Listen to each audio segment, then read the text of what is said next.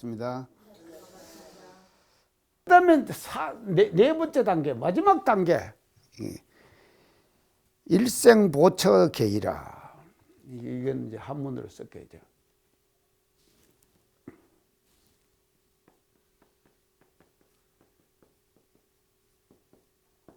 일생보처계이라.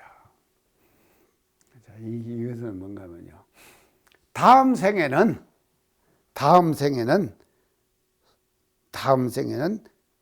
태어나면은 부처가 되는, 반드시 부처가 되는, 다음 생에는. 이제 이 생은 안 돼도 일생보처 이 단계, 계의 단계에 가면은 다음 생에는 반드시 부처가 돼버리는 거예요. 이것이 이제 소승불교 초기 보살의 계의 마지막 단계에 있다 이 말이죠. 마지막 단계. 근데 이것은요, 부처를, 이 보살이라는 것을요, 부처보다 한 단계 낮은 단계로 보는 거거든요. 초기는 그랬다 그랬죠. 한 단계 낮은 단계로 보기 때문에 다음 생에는 반드시 일생이 끝나고 나면은 부처를 보장받아요. 보장을 받는 그런 단계를 이제 마지막 단계로, 계의로 이렇게 이제 설정을 했습니다. 이것이 이제 이 보살이 진행되어 오다가 생겨나는 이제 계인데, 이것이 이제 발전을 해가지고 이 4단계의 계의가, 초기 단계 이 계의가 발전을 해가지고 이 화엄경에 와서는요, 화엄경은요, 대승불교 경전이 마지막 부처님께서 설하신 화엄천태를 쓰렸다 그랬죠. 화엄시 그랬죠. 제가 이거 처음 할 때 제일 처음에 뭡니까? 화엄시. 그 앞에 화엄시를 조금 했죠. 40 며칠을 했죠. 처음 반야생경 할 때 제가 이거 설명했어요. 제일 처음에 화엄시가, 처음에 이제 화엄시를 조금 했는데 못 알아듣거든요. 교진여정 오비구가. 그러니까는 뭐부터, 그 다음에 뭐로 갔다 그랬죠? 아함시로 갔다 그랬죠. 아함시. 그래서 아함시는 다르니까 많다 그랬죠. 그렇고 아함시 다음에 이제 조금 단계를 높여갖고 방등시, 방등기가. 그 다음에 세 번째 단계가 반야시, 반야를 설했다 그랬죠. 그리고 마지막 단계가 뭔가 화엄천태. 이게 이제 부처님 가르침의 클라이막스예요. 자, 이 화엄경에 보면은 이 보살의 단계를 화엄경에서 몇 단계로 나누는가 하면요, 십지,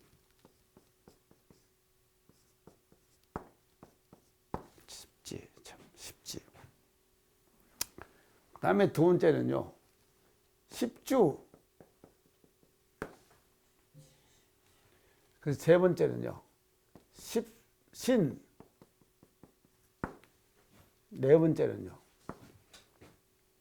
십행, 다섯 번째는요, 십회양,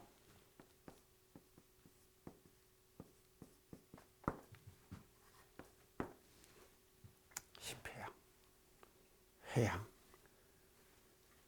자, 이러면 이 단계가 몇 개입니까? 이 5개가 있죠. 이게 10개씩이니까 50단계죠. 50단계. 와, 부처님은 참으로 대단하시요. 이게 화엄경에 가가지고 이게 화엄경이 이렇게 복잡한 거예요. 자, 십지, 십주, 십신, 십행, 십회양. 이게 5가지로 해갖고 50단계를 설하는 거예요. 이 보살의 단계를요, 계의를 50단계를 쓴 거예요. 여기에다가 화엄경의 마지막에 뭔가 하면, 뭐를 보태는가 하면요, 등각, 묘각.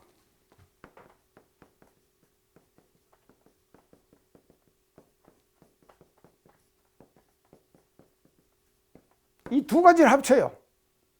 이러면 이 등각, 묘각, 이거 위에 50계단 위에 등각, 묘각 이 단계를 준 거예요.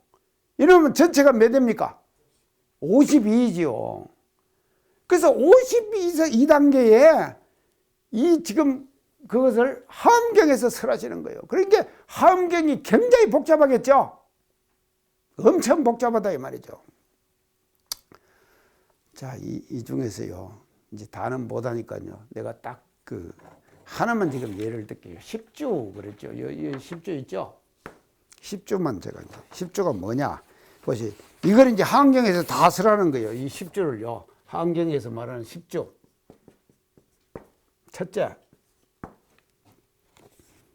초발심주.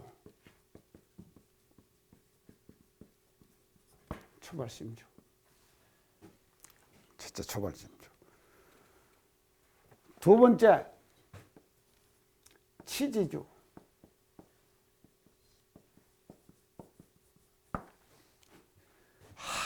참말로 이거를 이렇게 한다는 거죠.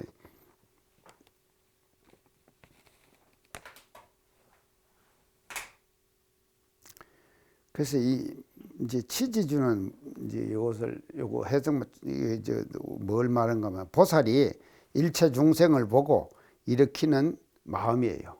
보살이 중생들을 보고 일으키는, 아이고 저건 중생이다, 이런 그 예민한 마음이 나겠죠.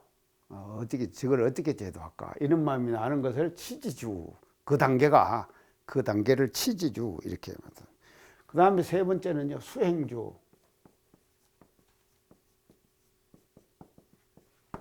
수행주. 네 번째는요, 생기주. 생기주. 와, 이게 생기주. 이건 뭔가 귀한데 태어나는 거예요.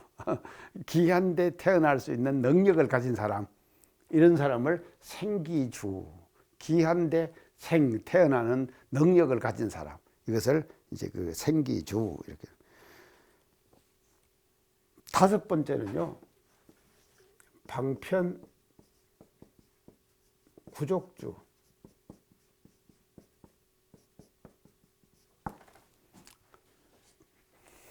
자, 지난 시간에 제가 방편 얘기했죠. 부처님은 모든 방편을 다 것이 다 방편이라 그랬죠. 그래서 이 방편이 부족해요. 이게 이제 이 다섯 번째 단계가 이 주어의 다섯 번째 단계가 방편이 부족한 단계로 가는 거예요. 부족하다면 다 갖췄다 이 말이죠. 그래서 무량 방편을 설하실 수 있는 그런 그 이제 단계다. 그다음에 여섯 번째는요, 정심주. 정심주. 마음을 딱 바르게 하는 주다 이 말이죠. 그다음에 이게 여섯 번째죠. 일곱 번째, 불태주.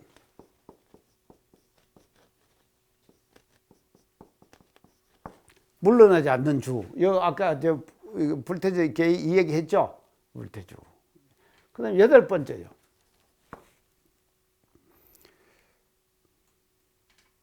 동기주. 동진주.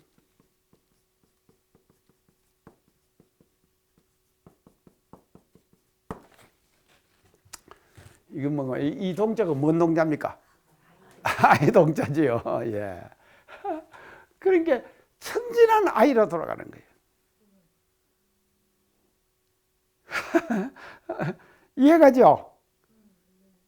이 수도를 하고 이게 이제 하면요, 자꾸 사람이 공부를 하다고 뭐 뱃살이 높아지고 뭐 자꾸 단계가 높아지면 위험이 자꾸 생기잖아요.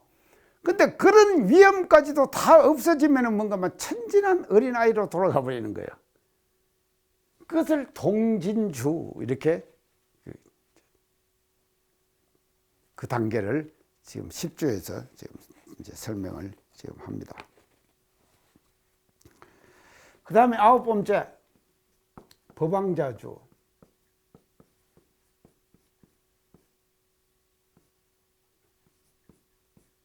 법왕자주. 법왕자. 법의 왕자가 돼버리는 거예요. 법왕자. 완전히 이제 이게 법왕. 그 열 번째, 관정주.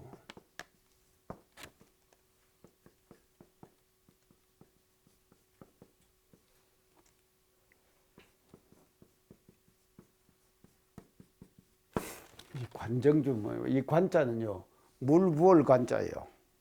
물을 붓는 거요. 어디다 붓습니까? 머리 뒤부터 붓잖아요. 정이 이게 머리 여 아닙니까? 여 꼭대기요. 자, 이게 이제 제일 마지막 단계인데 관정주가 지금 저 4월 초파일에 모두 사람들이 이렇게 하면 동자상 이렇게 세워놓죠. 해가지고 스님들이 거다가 물 퍼가지고 붓죠. 옥타님 많이 봤어요? 이 붓는 거예요. 이건 대단한 것이거든요. 나도 그렇게 좀 초파일 때 붓어줬으면 좋겠어요. 그게 최고의 경지를 관정주 이렇게 지금 관정주. 자 보세요. 그러면요 이게 내가요 이걸 왜 가는가 하면요 이게 10주 하나만 하더라도 이렇게 복잡한 거예요. 이게 복잡하죠? 이거 외울 필요 없어요. 근데 내가 예를 들어 왜 한 것만요. 이렇게 복잡하게 하엄경에서는 세세하게만 합니다. 10주만 그렇게 한 것이 아니라요. 10지, 그 다음에 10신, 10행, 10회양 다 10가지로 다 구분했다 이 말이죠. 52가지, 52가지. 이로 이 보살의 계의를 정리했다 이 말이죠. 자, 제가 왜 이걸 지금 제가 이제 이렇게 말씀을 드리는가 하면요. 이걸 알으셔야 돼요. 자, 하엄경에 이렇게 지금 다 해놨는데, 다 이렇게 52단계인데, 우리는 몇 단계를 했습니까? 예? 11단계죠. 예, 예비 있잖아요. 다 예비 있죠. 11단계로 대종사님께서는 딱 줄여버렸다 이 말이죠. 이 복잡한 내용을요. 그래서 정전 법의등급 마지막 장에 말입니다. 그래서 보세요. 이 하엄경도 부처님의 마지막 설법이라 그랬죠. 제가요. 마지막 설법에서 부처님께서요. 부처가 되는 길들을 이렇게 말이죠. 52가지로 설명을 한 거예요. 저는요. 대성귀신론, 마하명이 쓴 사람입니다. 여러 말 들었거든요. 학교 다니면서 대성귀신론 얘기를 많이 들었는데 대성귀신이 뭔지도 몰랐어요. 그런데 그 대성귀신론에 보면 십신, 신에는 신을 일으킨다 이 말이죠. 귀신.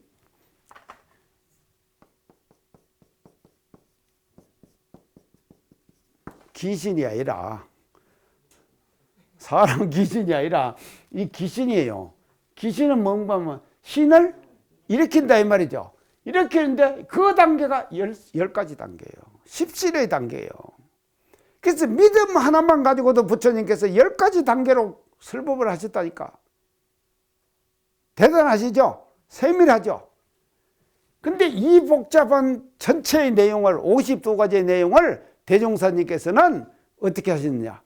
11가지 단계로 딱 정리하시고 있다. 멋지죠? 이걸 알으셔야 돼요. 우리가요. 법의등급의 우리가 6단계 6위의 법의등급을 있는데 예비까지 해가지고 11단계거든요. 그 11단계로 딱 정리해 주신 것은 이 복잡한 불교의 인격을 판정하는 기준, 그 기준을 말이죠. 11단계로 대종사님께서 딱 제시해 주셨다.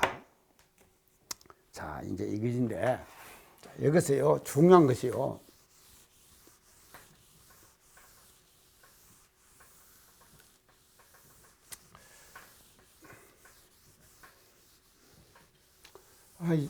지금 우리 원불교 신문에 오늘 어제 나온 신문을 제 방에다 갖다 놨더라고요. 그래서 이제 그걸 딱 보니까 법의 향상, 제 리더를 어떻게 뽑았는가 하면요. 법의 향상 운동으로 법강 항마의를 양산했다. 이렇게 리더를 뽑아놨어요. 한 면을 다 원불교 신문에다 다 깔았어요. 제가 그거를 보고 참 이게 진짜 맞나? 내가 이제 그런 생각을 내가 이제 하면서 자, 그게 이제 그러면은 뭔 방법이 있어야 될 거 아닙니까? 법위를 사정하는 방법이 있어야 될 거 아니에요? 자, 대종사님께서는요, 6단계를요, 아주 정말로 정확하게 대종사님께서 6단계를 우리들에게 제시해 주시거든요. 11단계, 예비단계까지 해가지고 11단계를요. 이 복잡한 내용들을요, 딱 간추려가지고 52단계의 그 법의 그 단계를 대종사님은 11단계로 딱 축약해 주셨거든요. 그 축약해 주신 11개의 단계를 사정해야 된다고. 우리는 사정해야 될 거 아닙니까? 법이 사정한다 그러죠. 그러면 이 사정을 하다 보면 뭐가 필요하냐? 도구가 필요해요. 사정의 도구. 이 도구 얘기는 안 해요. 아무도요. 근데 내가 지금 내가 방송에서 한다니까요. 도구가 필요한 거예요. 6단계의 법위를 말입니다. 11단계의 법위를 사정하는 도구. 도구 개발. 이게 뭔가면요, 교단적 과제예요. 이 도구 개발이요. 자, 이게 그러면 이게 도구가 쉽게 개발되냐? 절대 쉽게 개발이 안 됩니다. 그러니까 우리는요, 빨리 해치우려고 하니까는 도구 개발을 못 하는 거예요. 적어도 10년은 걸려가지고 꾸준히 그게 매달려 갖고 이걸 연구를 해야 돼요. 자, 제가 예를 하나 들게요. 지금 원광대학에 만민문학연구소 있거든요. 들으셨죠? 그거 지금 해가지고요. 그 현장을 지금 어디다 만드는가 하면 만민문학연구소에 있어요. 자, 제가 전에도 얘기했을 거예요. 3년간 만민문학연구소 연구를 했는데 13권의 책으로 동서양의 마음에 대한 이론을 다 종합했어요. 그래갖고 연구제에다 바쳤어요. 바치니까 그걸 딱 보고 연구제에서 이 연구기관은 우수 연구기관이다. 이제 그런 그 딱지를 줬어요. 그러면 연구기관에서 그 이론을 딱 받아가지고 향후 3년간은 이 이론을 가지고 필드에서, 현장에서 어떻게 인성교육을 시키는가? 그거를 측정하겠다. 이게 연구재단의 방향이에요. 방향이 연구재단에서 그렇게 설정이 되는데 1년에 연구재단에서 1년에 얼마씩 주는가 하면 원광대학 인문학연구소에다가 11억씩을 줘요. 그러면 3년간 연구를 했는데 3년간 연구를 하면 11억씩을 들여가지고 연구를 했는데 그러면 돈이 얼마 들었습니까? 33억이 들었잖아요. 그 33억을 들여가지고 말입니다. 박사들만, 그 분야의 박사들이 모여가지고 머리를 맞대고 프로그램 인성교육의 과정을 개발한 거예요. 그 개발을 해가지고 이걸 또 개발만 해놓으면 됩니까? 써먹어야 될 거 아니에요? 필드에다 어떻게 적용하는 거라니까? 그 필드에 적용하는 데가 어딘가 하면 여수예요, 여수요. 내가 전에 얘기했죠? 여수 얘기했죠? 33주를 교육을 시켰어요, 교도들을요. 자, 그래가지고 금년에 여수 시내에 24개의 초등학교에서 학부모들 운영위원회 있잖아요. 그 운영위원회에서 우리 학교 아이들 인성교육 시켜달라고 신청을 한 학교가 24개 학교예요. 그래서 4, 5, 6학년을 상대로 하는데 이 몇 명인가 하면요 3,500명이 넘어요. 그리고 1년에 전체 시간이 얼마인가 하면 570시간이에요. 1시간 하는데 돈 얼마 주냐? 5만 원을 받아요. 인성교육 시키고 5만 원 받는다니까요. 그럼 누가 받느냐? 교무가 받는 거 아니에요. 인성교육을 시킨 그 교도들이 현장에 가고 1시간씩 하고는 5만 원씩을 받아요. 학교로부터. 그건 공식적으로 하는 거예요. 교육청에서요. 이 인성교육에 대한 예산을 얼마를 세운가? 3천만 원을 세웠다니까. 3천만 원이 지금 앞으로 우리 여수 교도들에게 풀어지는 거예요. 대단하죠? 이게 과정을 개발한다는 것이 이렇게 중요하다 이 말입니다. 그러면 우리도요, 이 법의 사정을 하려고 하면요, 도구를 개발해야 돼요. 도구 개발이 그냥 되는 것이 아니에요. 수많은 시행착오를 거쳐야 한다니까요. 그 시행착오를 거치면서 우리에 맞는, 불교에서도요, 아까 제가 52가지를 얘기했죠. 이 52가지를 측정하자고 하면은 측정이 그게 쉽게 되겠습니까? 안 돼요, 불교도요. 근데 우리는 11단계로 딱 해줬잖아요. 그 11단계는요, 측정할 수 있는 도구를 우리가 개발할 수 있는 거예요. 교육학적 입장에서. 그래서 그 계통의 전문가들을 동원해가지고 말입니다. 돈을 투자해야 돼요, 우리도요. 그 투자를 해가지고 법의를 사정하는 도구, 법이 사정하는 도구, 이 도구가 말입니다. 딱 개발이 돼갖고 설정이 될 때 그 도구에 의해 가지고 법이 사정을 해나가는 것이거든. 하면은 지금과 같은 그런 현상들이 안 나타날 거 아니냐. 그래서 핵심은 뭔가 하면요, 도구예요. 근데 이걸 다 빼놓고는 강조해. 뭐 양산한다, 누가 하는 거 몰라? 다 알지. 나도 알아요, 양산하는 건요. 하지만 나는 도구 개발을 못해요. 근데 저는 도구에 대해서 조금 이해는 해요. 이 도구 개발이 얼마나 어렵고 치밀하게 해야 되는가, 그런 데가 이해를 한다 이 말이에요. 사실은요, 사람의 인격의 정도를 측정한다고 하는 것이 쉽습니까? 사람의 인격 정도, 저 사람이 공부가 얼마나 됐다, 이거를 측정한다는 것이 쉬운 일입니까? 절대 쉬운 일 아니에요. 그 쉽지 않은 일이지만도 그것을요, 합리적인 방법으로 우리는 도구를 개발해야 되는 거예요. 법의 사정을 하는 도구가 나와야 된다. 그래서 그 도구대로 다 해요. 근데요, 제가 교정원장을 하면서 인사고과제 이런 말이 나옵니다. 인사고과제가 뭡니까? 창타님, 인사고과제가 뭐예요?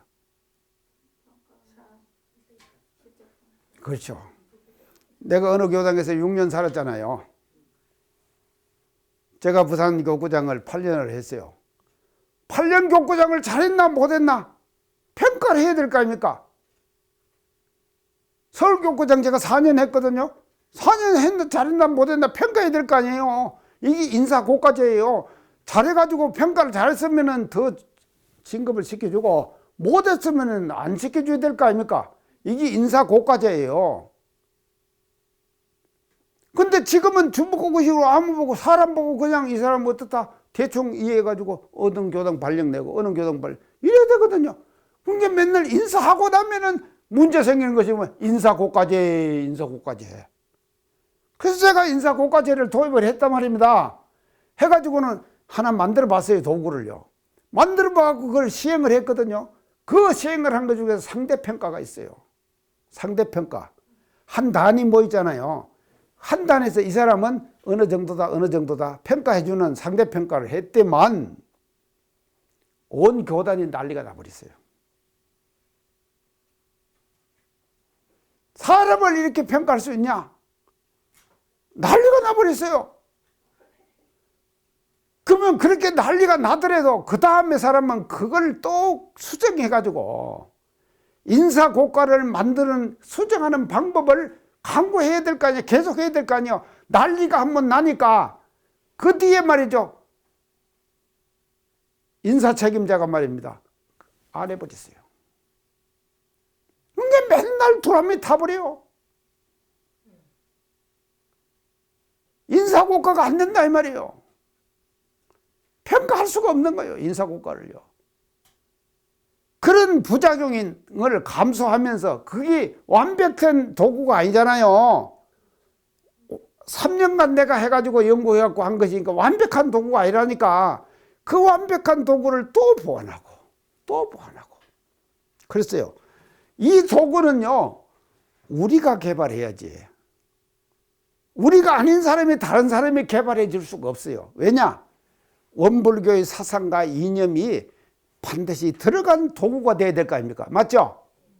근데 세상에서 인사고과 하는 거, 그거를 가져와 가지고 세상에서 쓰는 인사고과 평가의 도구를 가져와 가지고 우리의 이념과 사상에 맞는 도구로 바꾸어 가야 된다 이 말이죠.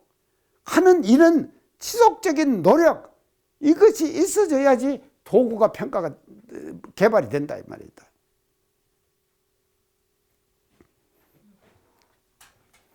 신문 보고 나서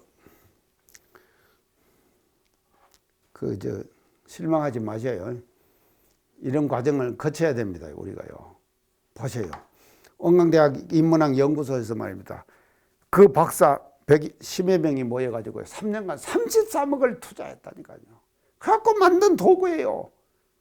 그런 도구를 가지고 현장에서 가서 그렇게 지금 쓰고 있잖아요. 사용하고 있고 현장에서 해달라고 하잖아요. 인서교육을 해달라고 한다 이 말이죠. 자, 지금 우리가요. 이 지금 보살 얘기 나와가지고 제가요 여기까지 지금 갔습니다. 그러니까 왜 지금 내가 이거 강조하는 거 아시겠죠? 우리가 보살을 평가를 해야 되는데 이제 보살 평가를 우리가 이렇게 이제 우리가 해나가야 된다. 자, 이렇게 지금 말씀을 드리고요. 자, 그 다음에는 이제 바냐바라. 그래서 이게 이제 이 보살이요. 뭔 공부를 하는가 하면요. 바냐바라 밀다 공부를 하는 거예요. 그래서 바냐는 지혜라 그랬죠. 지혜. 파라밀은 도피한 그랬죠. 지혜로 도피한하는 것. 그래서 지혜로 도피한하는 그 방법에 대해서는 이제 지난 시간에 이제 쭉 제가 이제 말씀을 드렸습니다. 자, 그렇게 이제 해가지고 방법 이제 바냐바라 밀다 공부를 의지해서 잘 하면은 어떻게 되느냐 그 결과를 이제 지금 반야신경에서 설명합니다. 첫째가 지금 신무가회다.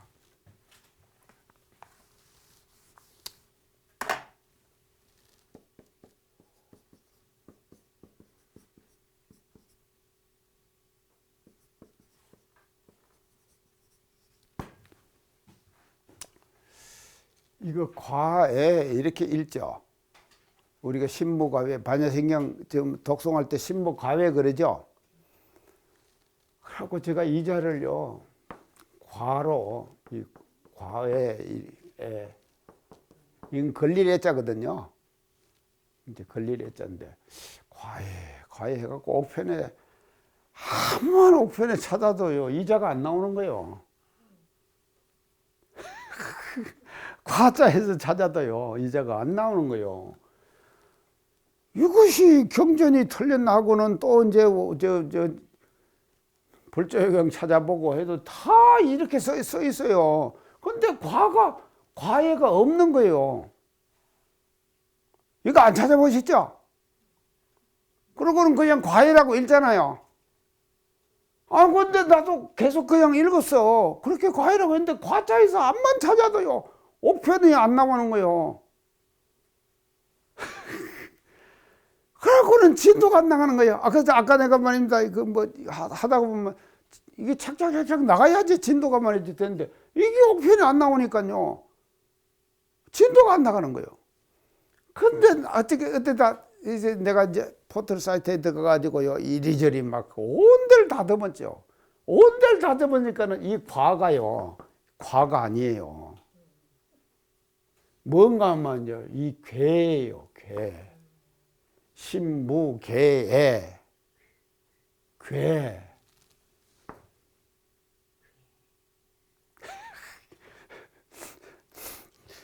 이게 이제 괴를 이제 과로 읽는 거예요, 지금요.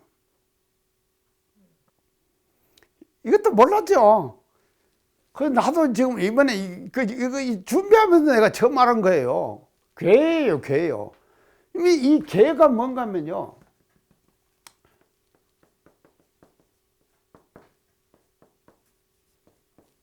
이게 뭡니까? 괴불이죠. 괴불은 뭡니까? 그러는 부처님이죠. 그림을 그려갖고 괴불. 저는 내가 지금 수월 가늠도 한번 보여드렸죠? 그게 괴불이에요. 그거는요, 수월 가늠도는 그려야 될 거 아닙니까? 이 걸개자거든요. 이 개자가요.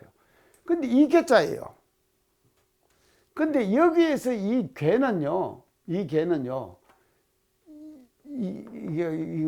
걸릴 게, 뜻이 뭔 뜻이?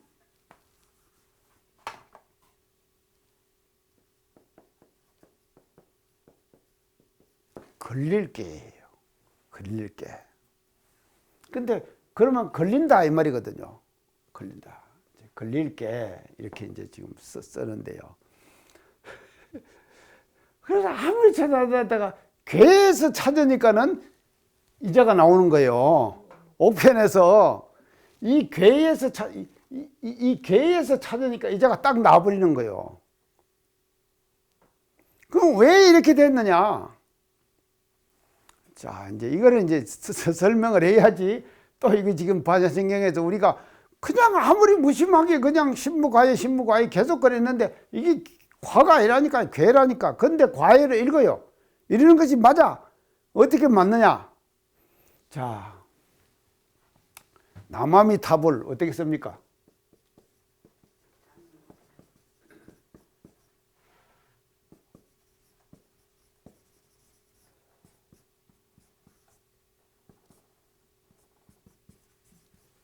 이렇게 쓰죠. 이게 남무 아닙니까? 근데 우리가 읽을 때 어떻게 읽습니까? 나무로 읽죠. 예, 나무로 읽는 거예요. 그러니까 이것이 말이죠. 산스크리트 원어를 이제 한문으로 표현하다 보니까 이렇게 된 거예요. 근데 그걸 읽는 데는 나무 안 하고 우리가 나무 그러잖아요. 나무 그런다 이 말이죠. 나무는 뭡니까? 기위 이 말이죠. 이게 산스크리트 원은 아는 것으로 그대로 한 거예요. 그대로 했는데 이거는 음력이고요. 아까 음력 얘기했죠. 보리살타 보살 얘기했죠. 음력. 근데 이거를 의역을 하면은 뭔가 뭐 기위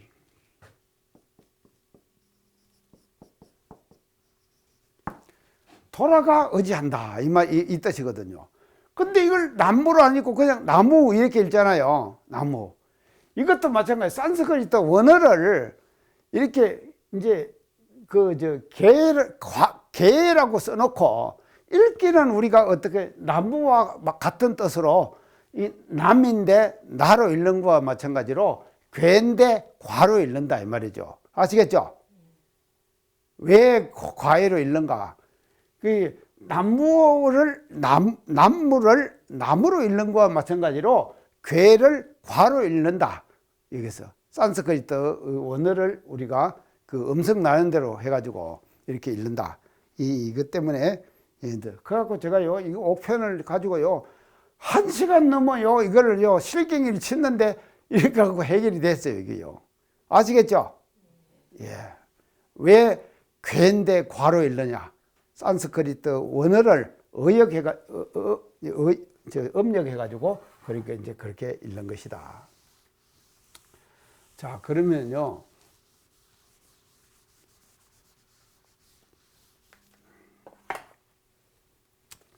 요건 뭔가 하면 걸릴 게예요.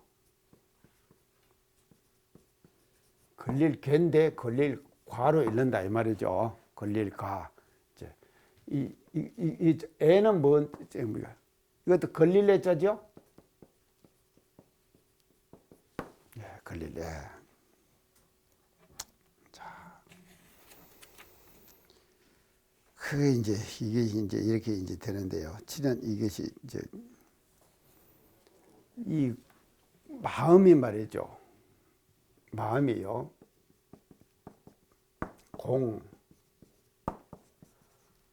무의 상태에 머물러 있으면은요, 무의 상태, 이런 상태에 머물러 있으면은 이게 뭔가 마음이요, 걸리지를 않는다 이 말이에요. 걸리질 않아요. 걸림이 없어요. 그리고 이 애자는요, 장애 그러죠. 장애가 없다. 장애가 없다. 이게 참 우리가요. 이 세상 살아가면서요 장애가 없으면 장애물이 없으면 얼마나 편안하겠습니까? 장애물이 없으면 편안하죠. 원하는 대로 다 돼버리면 편안한 거 아닙니까? 근데요 참 아주 장애가 없어도 안 될 것 같아요. 내가 가만히 생각해 보니까. 왜 그런가 하면요 아주 장애가 적당한 장애가 있어야지 사람은요 사는 재미가 있어요. 맞죠? 적당한 장애가 있어야 돼요.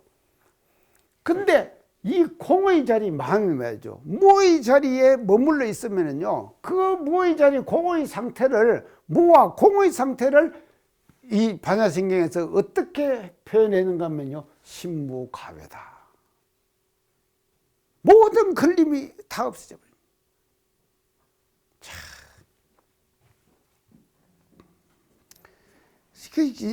이게 걸림들이 이제 싹 다 없어집니다.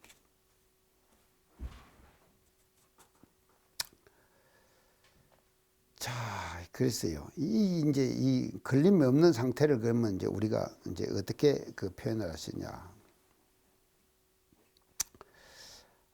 이걸 이제 그 지금 안으로는요, 그 이제 신무가의 안으로는요, 내적으로는요, 우리 마음 상태가 어디가 있는가 하면 심지 자리에 머물러야 돼요. 마음의 본래 자리에 머물러 있어야 돼요. 마음의 본래 자리에 머물러 있어야 된다 이 말이죠. 그러면 심지 자리는요, 이것은 자성 자리예요. 자성 자리에 머물러 있어요. 마음이요. 그 머물러 있는 상태를 뭐라 그러냐? 반야신경에서는 공무로 표현을 하는 것이에요. 그래서 내적으로는 심지가 이 심지 자리에 우리 마음이 머물러 있는 것이거든요. 그래서 우리 일상 수행의 요법에서 심지는 원래 요란함이 없다 그랬죠. 원래 어리석음이 없고 원래 걸음이 없다 그랬죠. 그래서 요란함이 없고 어리석음이 없고 걸음이 없는 그 상태는 내적으로 걸리지 않는 상태겠죠. 걸림이 없는 상태가 되는 것이다 이 말이죠. 걸림. 그다음 외적으로는요. 바깥으로는 우리가 이게 지금 무과의 상태가 어떤 상태인가 하면요. 경계를 이 성복함. 경계로 그냥 지나버리는 거예요. 그래서 이겨버리는 거예요. 다 모든 것을요. 다요. 그래서 그 경계를 우리가 받아들여 가지고 그 경계에 끌려가 버리면은 과해죠. 과해가 생기죠. 걸림이 생겨버린다 이 말이죠. 경계에 끌려가면은 과해가 생기는 거예요. 근데 과해가 안 생겼다 이 말은 경계를 우리가 끌려가지 않는 거예요. 경계에. 근데 이게 뭐냐? 부동심이에요. 부동심이 딱 돼버린. 그래서 부동심이 되어버린 그 상태를 신무가외다. 반야신경에서는 이렇게 표현을 했다 이 말이죠. 그래서 안으로는 우리 마음이 말이죠. 자성의 본래 자리에 딱 안주하고 있는 거예요. 자성의 본래 자리에. 그런가 하면 바깥으로는요. 경계에 부동하는 거예요. 경계를 끌려가지 않는 거예요. 우리가. 그래서 부동심이 확고하게 생겼을 때 그 부동심의 상태를 우리는 뭐라 그러냐. 반야신경에서 신무가외다.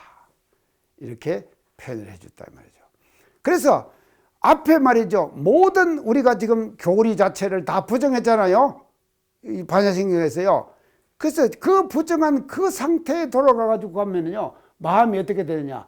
결국은 과외가 되는데 그 과외는요. 안으로는 자성의 본래 자리에 안주할 수 있고 할 수 있는 능력이 있고 그래서 이제 부동심이죠. 그동안은 바깥으로는 말이죠. 이 부동심이 딱 돼버린 경계에 동하지 않는다 이 말이죠. 경계를 당해갖고 내가 마음이 요란해지고 어리석어지고 걸러지지 않는다 이 말이죠. 않는 그런 상태가 되어졌을 때 그 상태를 우리는 뭐라 그러냐. 신무가외다. 그래서 반야신경이 추구하는 것은요.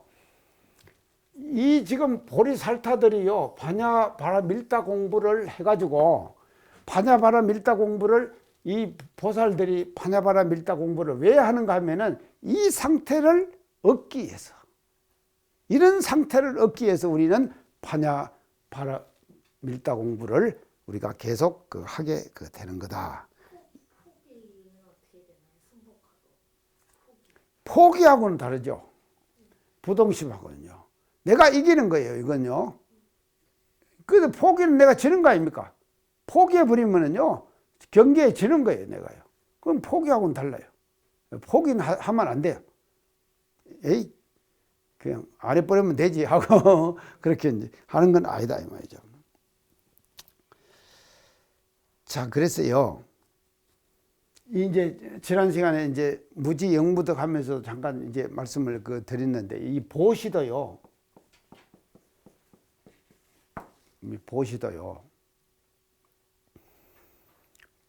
이 과외가 없는 보시를 해야 되는 거예요. 그렇죠? 걸림이 없는 보시를 해야 된다 이 말이죠. 만약에 보시를 하고 걸림이 있으면은 태종사님께서 뭐라고 했습니까? 내가 보시라니까 누가 나한테 잘하더라. 대종경에 그랬죠? 그것이 오히려 안 좋을 수가 있다. 대종사님 그러셨죠? 그래서 복이 죄로 받는 것이 아니라 그 마음이 들어가지고 내가 저렇게 했는데 저 사람이 나한테 잘못하면은 그거 그냥 다 합쳐갖고 그래서 보통 우리가 쓰는 말 아니십니까? 참다 하면 너무한다. 그런 말 있죠? 참으면은 끝까지 참아야지 왜 너무해? 그 너무하는 마음은 그것이 말이죠. 참은 거 다 합쳐져 버렸잖아요. 앞에 참은 거 다 허사예요. 그러니까 그 포기하면 안 된다니까요.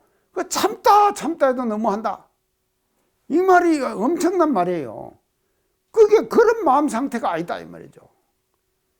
그게 완전히 걸림이 없는 거예요. 그런 상태를 우리가 뭐냐면 하면 참다 해도 너무한다고 하는 그런 상태의 마음이 아닌 그 마음을 온전하게 우리가 챙길 수 있는 것이 신무과외의 그 경지다. 이렇게 볼 수가 있겠습니다. 그래서 이 보시도 말이죠. 그래서 보시도요. 이제 그 3년 청정 그러거든요. 보시예요. 3년 청정. 3년이 뭔가 보시를 하는 데는 세 가지가 있어요. 주는 물건이 있죠. 주는 사람이 있죠. 받는 사람이 있죠. 이게 3년이에요. 이 세 가지가 청정해야 되는 거예요. 이 세 가지가 청정할 때 진정한 과외가 없는 것이다 이 말이죠. 이 세 가지가 청정하지 않으면요. 자, 주는 물건, 주는 사람, 받는 사람 이게 청정할 때 이 세 가지가 청정해 버릴 때 그 상태를 우리는 뭐라 그러냐? 신무과외다. 마음에 걸림이 없다. 모든 걸림이 없다. 자, 그래서요. 우리가 마음에 걸림이 없으면은요. 얼마나 자유롭겠습니까? 그래서 이 신무과외의 상태를 우리는 뭐라 그런가 하면 대마음의 대자유. 대자유의 상태다.